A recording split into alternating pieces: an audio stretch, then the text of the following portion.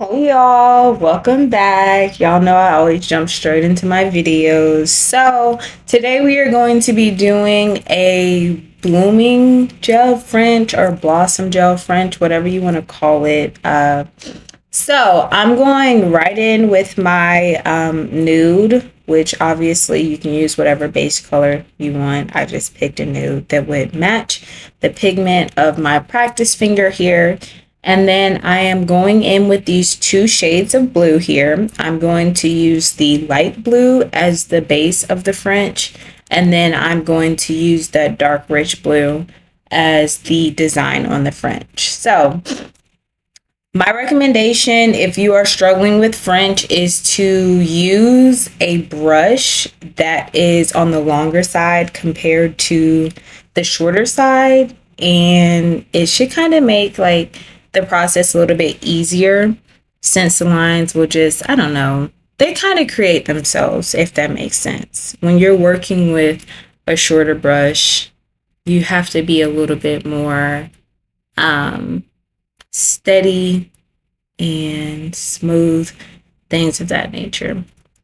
Anyways, y'all, I've been practicing so many different designs lately, and I can't wait to show y'all what I've been doing. I'm going to be like uploading a little more often, but back to this design here. I'm obviously just filling in my French. You guys don't really need much of a description here for that, but look at that beautiful French that I created. And don't mind me, I'm just a little particular about my French, so I'm just going in and kind of perfecting it to a T.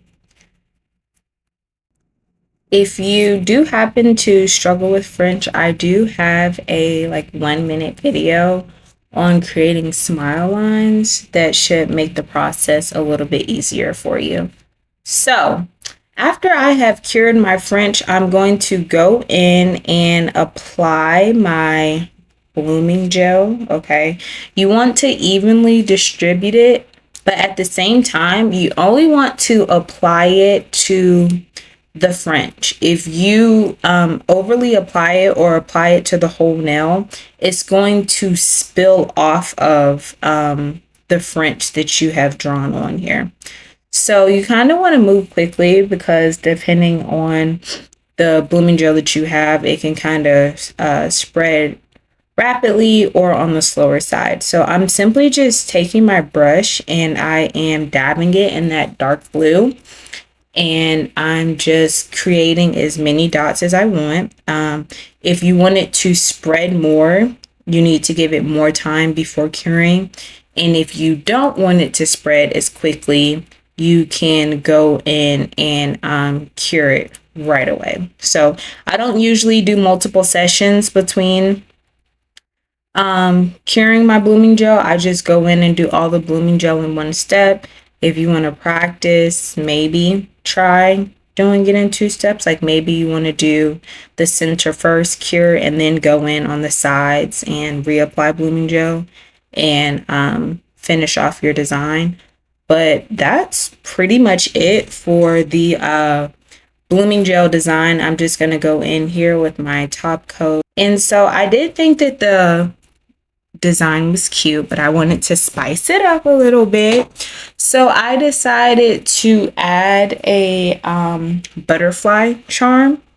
So this is the rhinestone glue that I'm going to be using.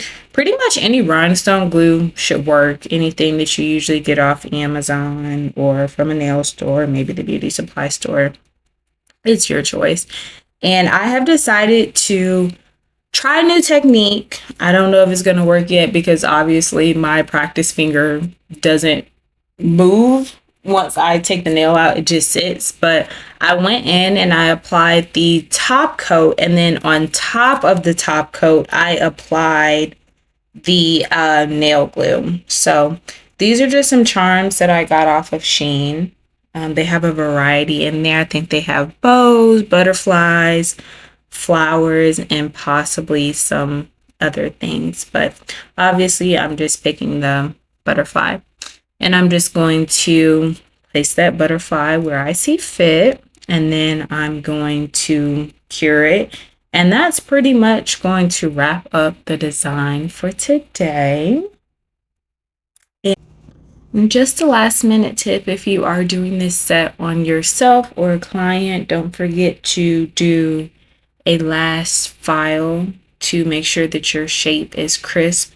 The multiple layers of polish can kind of throw your shape off and make it look a little bit wonky.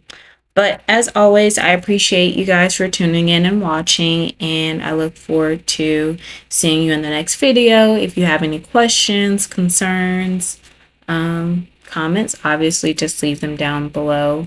And until next time.